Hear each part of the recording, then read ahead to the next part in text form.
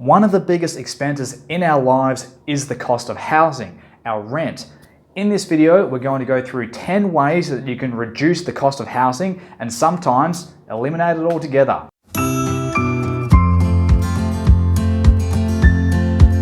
Most of us like to live in our homes alone or with family, but on occasion, desperate times call for desperate measures. And for some people, the cost of living and housing is becoming a desperate situation. Some of the options we're about to go through are relatively easy, they're straightforward and anyone can do. Some of the other options are more extreme, a little bit more out of the box, and they won't appeal to everyone. For some, well, they just may want to save a little bit of extra cash so they can maybe save up for a deposit, buy some new investments, or maybe pay off some debt. This video can help with that too.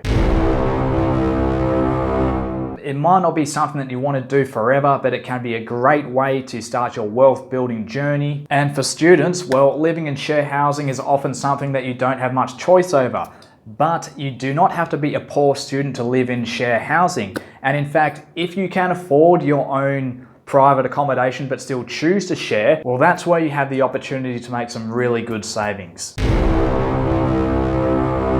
Now, the good thing about Airbnb is it gives you the opportunity to switch it on and switch it off whenever you like. So this means that whenever you want to have people in your house sharing, making a bit of extra money, you switch it on. When you want a bit of private time, you switch it off. It also allows you to plan around your bookings. So what you can do is when you have a booking, you can plan to go stay at your parents or your friends or even go camping and then leave the house to your guests. What used to be seen by society as a little bit weird at some point became a little bit cool. But who cares what other people think anyway, because it's your life and it's your money that you're saving. And if you're happy to live in a camper van, well, it can actually be a really fun way to live for a period of time, and it gives you the opportunity to travel around and see the country at a low cost. You just got to watch your fuel. You get to choose where you wake up each day, and every day can be a new adventure.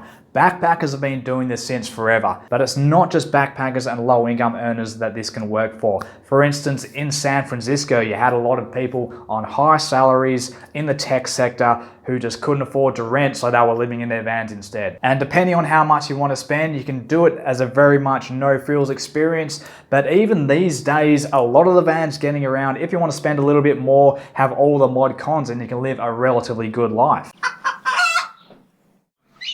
Now, this one can be particularly effective if you have the ability to earn city money without being in the city. So maybe you have an online business or maybe you work remotely that allows you to do this. So then why not move out of the city and into a cheaper, smaller town where you can afford more for your money, and perhaps you could even buy a little house and live off the fat of the land if that's your thing. Now, this one is a little bit similar to the last one, but we take things a step further here. So if you can work from anywhere, then why not work from somewhere that is really dirt cheap, like Southeast Asia or South America or Eastern Europe? The power here comes from earning USDs but spending THBs, or earning your income in an advanced country while spending your money in a developing country. You can have a high quality of life for much less in somewhere like Thailand compared to somewhere like Australia. All you have to do is have that Western income and you're living the dream. Plenty of doing it. Think digital nomads, retirees, and you know what? I'm doing it right now.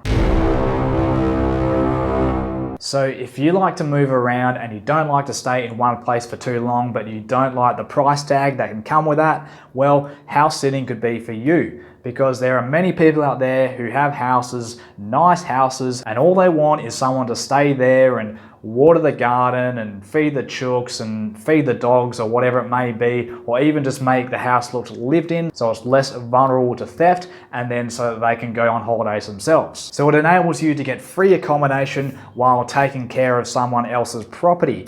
And that's not too bad a deal, because then you can work on your own business in the spare time and just kick back and relax, and well, life could be worse, couldn't it? All right, next up we have WWOOFing, which I think stands for Worldwide Organization for Organic Farming. And there are other platforms that do similar things with this. So the premise of it is that you go to work on an organic farm somewhere, and in return for labor, you get free accommodation and free food. I did a little bit of this in my younger backpacking days. So once I went to live on a little island called Silba, which was off the coast of Croatia, and I was living and working on a goat farm there. So every day I'd wake up, the farmer's wife would cook me a hot breakfast, and then I'd get up and walk about 30 minutes through this old little idyllic town out to the goat farm, where I'd then help the owner out with various jobs around the farm. So it was only about 3 to 4 hours work on most days, and as I said before, in return for my labor, I got free accommodation and free food, but at the same time, a wonderful life experience. So your rent, your food, that's two of our biggest expenses are paid for, and then you still have plenty of time to work on your side hustle or even just hang out at the beach. A lot of caravan parks and motels often need someone to stay on site and help run things when the owners aren't there. And often this will allow you to live on site for free or of minimal cost. Something like this could work great for people who are retired, semi-retired, or at least have some flexibility around how they spend their time. You're going to meet a lot of interesting people from a lot of walks of life as well. Now, to some, this will sound absolutely terrible, and to others, it won't sound too bad at all.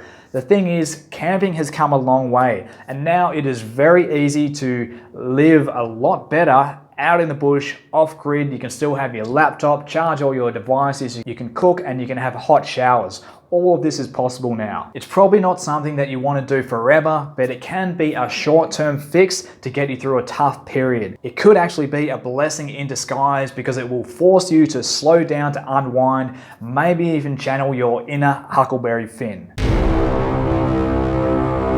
Now, if you can manage to stay away from expensive mooring, then living on a boat can be a cheap, viable way to reduce your cost of living. Think about it, you could spend your days navigating the rivers, fishing, catching your food for free, and it can allow you to pull up somewhere different every night. Or if you can find cheap mooring in a city or just outside of a city, then you can live there, that can be your base, and then you can get off your boat, jump on your bike, or jump on the train and go into work and live a normal life. So there you have it, guys. 10 ways, 10 alternatives to cutting down on the high cost of rent. I went back and had a little bit of a look through the list, and I've actually done 6 of these things at different times in my life. So hopefully there is something there for you as well. All right, thank you very much for watching. We'll catch you later.